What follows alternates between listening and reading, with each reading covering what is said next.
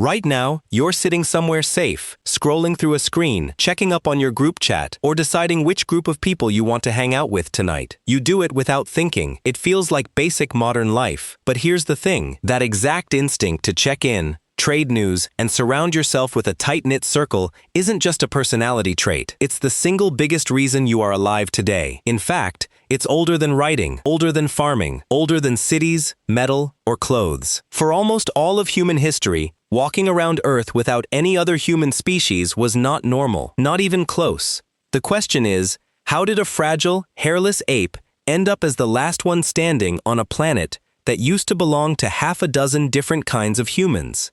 To understand how weird our situation really is, we have to go back about 300,000 years. If you hopped in a time machine and landed in the Middle Pleistocene, Earth looked less like a modern world and more like a high fantasy world. We were not alone, far from it. Up in frozen Europe, you had Neanderthals, built like brick outhouses, with massive brains, heavy chests, and bodies optimized to wrestle mammoths in the snow. Over in Asia, you had the Denisovans, a mysterious sister species capable of living in high-altitude freezing plateaus. Down in Indonesia, tiny humans no taller than a 3-year-old child, Homo floresiensis, were hunting dwarf elephants. Over in Africa, Homo naledi was navigating pitch-black cave systems. There were at least 6, maybe 9, different species of humans living on the planet at the exact same time. All of them used fire. All of them made stone tools. Many of them were bigger, stronger, and better adapted to their environments than our direct ancestors were. So why did every single one of them vanish, leaving only us? For a long time,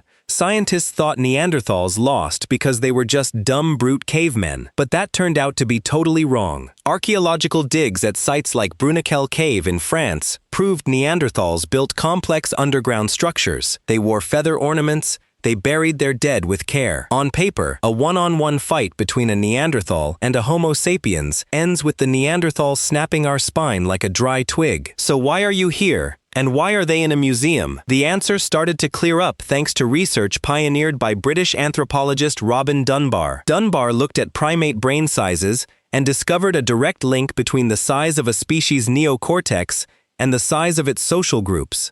Neanderthals had huge brains, but a massive chunk of their brain power was dedicated to vision and physical body control. Homo sapiens, on the other hand, wired their brains for social networks.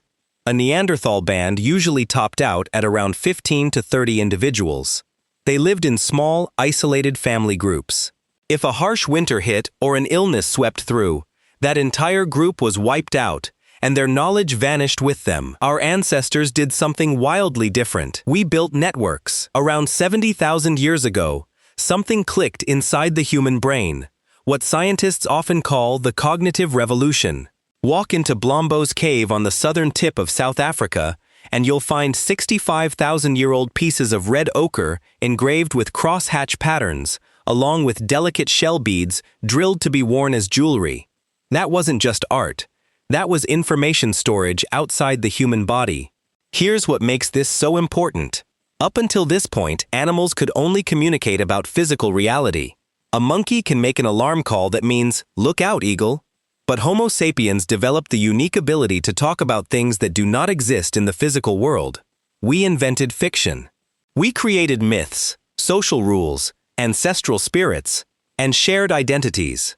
Think about that. If two Neanderthals from different bands met in a dark forest, they had no reason to trust each other. They didn't share a connection, so the interaction usually ended in retreat or violence. But if two Homo sapiens from entirely different regions met, they could look at each other's shell beads, recognize a shared tribal story or trade symbol, and instantly decide not to fight. Suddenly, Homo sapiens weren't just living in groups of 30. We were cooperating in networks of hundreds, sometimes thousands. If a band of 50 Homo sapiens went to war against a band of 20 Neanderthals, the Neanderthals might be stronger individually, but they were hopelessly outnumbered.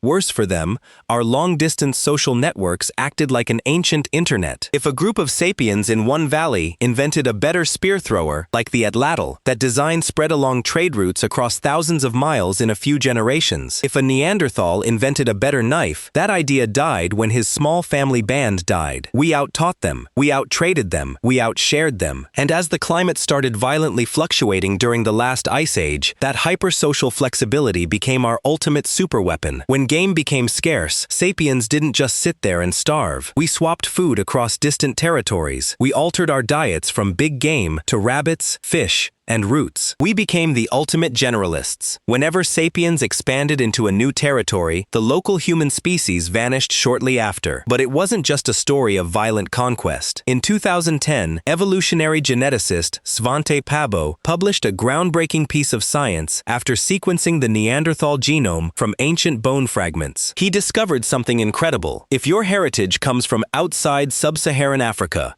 roughly 1 to 2% of your DNA is pure Neanderthal. We didn't just wipe them out, we absorbed them. We sat around their campfires, we traded with them, we had children with them. Their genes gave our ancestors crucial immunity boosts to fight off European viruses, while our sheer population numbers slowly swallowed their smaller groups until their distinct lineage simply faded away into ours. They didn't fail because they were stupid. They failed because they were solitary. They relied on muscle and local knowledge in a world that suddenly demanded global connection, flexibility, and shared imagination. So here's the full picture. 300,000 years ago, Earth was home to a diverse cast of human species. Neanderthals owned the frozen north with brute strength. Denisovans ruled the high east. Tiny island dwellers hunted miniature elephants in the Pacific. But inside the African continent, a fragile ape learned to paint symbols, tell stories, and trust strangers. We built social networks that outpaced geography, shared technology faster than climate could destroy it, and slowly absorbed our ancient cousins until we were the only ones left standing. The next time you text a friend, check your group chat, or feel that weird, deep urge to sit around with people